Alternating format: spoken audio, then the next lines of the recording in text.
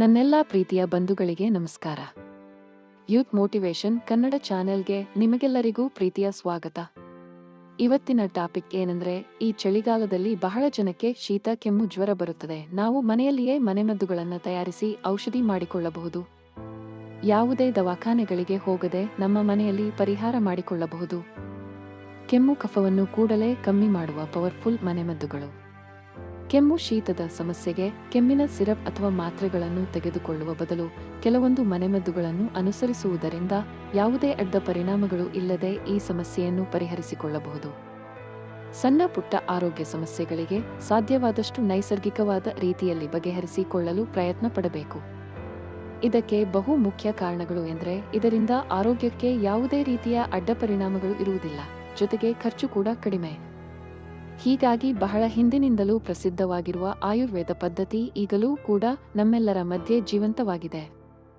ಬನ್ನಿ, ಇಂದಿನ ಲೇಖನದಲ್ಲಿ ಅಡುಗೆ ಮನೆಯಲ್ಲಿ ಸಿಗುವಂತಹ ಕೆಲವೊಂದು ನೈಸರ್ಗಿಕ ಆಹಾರ ಪದಾರ್ಥಗಳನ್ನು ಬಳಸಿಕೊಂಡು ಹೇಗೆ ಮನೆ ಮದ್ದುಗಳ ರೂಪದಲ್ಲಿ ಪರಿಹರಿಸಿಕೊಳ್ಳಬಹುದು.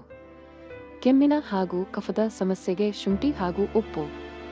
ಒಂದು ಸಣ್ಣ ತುಂಡು ಹಸಿ ಶುಂಠಿಯನ್ನು ತೆಗೆದುಕೊಂಡು ಅದರ ಮೇಲ್ಭಾಗದ ಸಿಪ್ಪೆ ತೆಗೆದು ಚೆನ್ನಾಗಿ ತೊಳೆದುಕೊಳ್ಳಿ. ಆ ಬಳಿಕ ಶುಂಠಿಯನ್ನು 1 ಚಮಚ ಆಗುಷ್ಟು ತುರಿದು ಇದಕ್ಕೆ ಚಿಟಿಕೆಯಷ್ಟು ಉಪ್ಪು ಬೆರೆಸಿ ಬಾಯಿಯಲ್ಲಿ ಹಾಕಿಕೊಂಡು ಜಗಿದು ಅದರ ರಸವನ್ನು ನುಂಗುತ್ತಾ ಬನ್ನಿ. ಶುಂಠಿಯ ಗಾಢವಾದ ರುಚಿ ಹಾಗೂ ಒಗರು ಸ್ವಲ್ಪ ಕಷ್ಟವಾಗುವಂತೆ ಮಾಡಬಹುದು. ಬೇಕೆಂದರೆ ಈ ಸಮಯದಲ್ಲಿ 1 ಚಮಚ ಜೇನುತುಪ್ಪವನ್ನು ಸೇವನೆ ಮಾಡಬಹುದು. ಇದರಿಂದ ಕೆಮ್ಮು ಹಾಗೂ ಕಫದ ಸಮಸ್ಯೆಗೆ ಕಾರಣವಾಗುವ ಬ್ಯಾಕ್ಟೀರಿಯಾಗಳು ನಿವಾರಣೆಯಾಗಿ ಸಮಸ್ಯೆಗಳು ಆದಷ್ಟು ಬೇಗ ಪರಿಹಾರ ಕಾಣುತ್ತವೆ. ಅರ್ಧ ಟೀ ಚಮಚ ಆಗುವಷ್ಟು ಇಂಗಿನ ಪುಡಿಯನ್ನು ತೆಗೆದುಕೊಳ್ಳಿ. ಇನ್ನು ಇದಕ್ಕೆ ಇಷ್ಟೇ ಪ್ರಮಾಣದಲ್ಲಿ ಒಣ ಶುಂಠಿ ಪುಡಿಯನ್ನು ಮಿಶ್ರಣ ಮಾಡಿ, ಆ ಬಳಿಕ ಈ ಮಿಶ್ರಣಕ್ಕೆ 2 ಟೇಬಲ್ ಚಮಚ ಆಗುವಷ್ಟು ಜೇನುತುಪ್ಪವನ್ನು ಬೆರೆಸಿ ದಪ್ಪಗೆ ಪೇಸ್ಟ್ ರೀತಿ ಮಾಡಿಕೊಂಡು ಗಟ್ಟಿಯಾದ ಉಂಡೆ ರೀತಿ ಮಾಡಿ ಪಕ್ಕದಲ್ಲಿ ಇರಿಸಿಕೊಳ್ಳಿ. ಒಂದು ವೇಳೆ ಕೆಮ್ಮು ಹಾಗೂ ಕಫದ ಸಮಸ್ಯೆ ಜಾಸ್ತಿ ಆದರೆ ಇದನ್ನು ಬಾಯಿಯಲ್ಲಿ ಹಾಕಿಕೊಂಡು ನಿಧಾನಕ್ಕೆ ಇದರ ರಸವನ್ನು ಹೀರುತ್ತಾ ಬನ್ನಿ.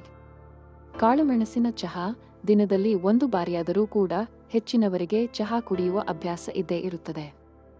ಹೀಗಾಗಿ ಪ್ರತಿದಿನದ ಕುಡಿಯುವ ಚಹಾಕ್ಕೆ ಅರ್ಧ ಟೀ ಚಮಚ ಆಗುವಷ್ಟು ಕಾಳು ಮೆಣಸಿನ ಪುಡಿಯನ್ನು ಹಾಕಿಕೊಂಡು ಕುಡಿಯುವ ಅಭ್ಯಾಸ ಮಾಡಿಕೊಂಡರೆ ಕೆಮ್ಮು ಹಾಗೂ ಕಫ ಸಮಸ್ಯೆ ಕ್ರಮೇಣವಾಗಿ ದೂರವಾಗುತ್ತದೆ. ಜೇನುತುಪ್ಪ ಮತ್ತು ಕಾಳುಮೆಣಸಿನ ಪುಡಿ. ಒಂದು ಅಗಲವಾದ ಕಾವಲಿಗೆ 4 ರಿಂದ 5 ಕಾಳುಮೆಣಸು ಹಾಕಿಕೊಂಡು ಅದನ್ನು ಸಣ್ಣ ಉರಿಯಲ್ಲಿ ಹುರಿದು ತಣ್ಣಗೆ ಮಾಡಿಕೊಂಡು ನಂತರ ಪುಡಿ ಮಾಡಿಕೊಳ್ಳಿ. ಇನ್ನು 1 ಟೇಬಲ್ ಚಮಚ ಆಗುವಷ್ಟು ಜೇನುತುಪ್ಪಕ್ಕೆ ಈಗಾಗಲೇ ಹುರಿದು ತಣ್ಣಗೆ ಮಾಡಿ ಕೊಂಡಿರುವ ಕಾಳುಮೆಣಸಿನ ಪುಡಿಯನ್ನು ಬೆರೆಸಿ ಸೇವನೆ ಮಾಡುವ ಅಭ್ಯಾಸ ಇಟ್ಟುಕೊಳ್ಳಿ. ಶುಂಠಿ ಡಿಕಾಕ್ಷನ್. ಒಂದು ಸಣ್ಣ ತುಂಡು ಹಸಿ ಶುಂಠಿಯ ಮೇಲ್ಭಾಗದ ಸಿಪ್ಪೆ ತೆಗೆದು ನೀರಿನಲ್ಲಿ ಚೆನ್ನಾಗಿ ತೊಳೆದು ಸಣ್ಣದಾಗಿ ಹೆಚ್ಚಿಟ್ಟುಕೊಳ್ಳಿ. ಆ ಬಳಿಕ 1 ಲೋಟ ಕುದಿಯುವ ನೀರಿಗೆ ಶುಂಠಿ ಚೂರುಗಳನ್ನು ಹಾಕಿ ಬಳಿಕ ಅರ್ಧ ಟೀ ಚಮಚ ಆಗುವಷ್ಟು ಉಪ್ಪು ಹಾಕಿ ಕುದಿಯಲು ಬಿಡಿ. ಇನ್ನು 1 ಲೋಟ ನೀರು ಅರ್ಧಕ್ಕೆ ಬರುವವರೆಗೆ ಈ ಮಿಶ್ರಣವನ್ನು ಚೆನ್ನಾಗಿ ಕುದಿಸಿ. ಆ ಬಳಿಕ ಗ್ಯಾಸ್ ಸ್ಟವ್ ಆಫ್ ಮಾಡಿ ಈ ಮಿಶ್ರಣ ಸ್ವಲ್ಪ ತಣ್ಣಗೆ ಆಗಲು ಬಿಡಿ. ನಂತರ ಇದನ್ನು ಸೋಸಿಕೊಂಡು ಈ ಪಾನೀಯವನ್ನು ಕುಡಿಯಿರಿ. ಇದು ಕೆಮ್ಮು, ಶೀತ, ಕಫಕ್ಕೆ ಅತ್ಯುತ್ತಮ ಮನೆ ಔಷಧಿಯಾಗಿ ಕೆಲಸ ಮಾಡುತ್ತದೆ. ಇನ್ನಷ್ಟು ಹೆಚ್ಚಿನ ಹೆಲ್ತ್ ಟಿಪ್ಸ್ಗಳಿಗಾಗಿ ನಮ್ಮ ಚಾನೆಲ್ ಸಬ್ಸ್ಕ್ರೈಬ್ ಮಾಡಿ. ಧನ್ಯವಾದಗಳು. ಜೈ ಹಿಂದ್, ಜೈ ಕರ್ನಾಟಕ ಮಾತೆ.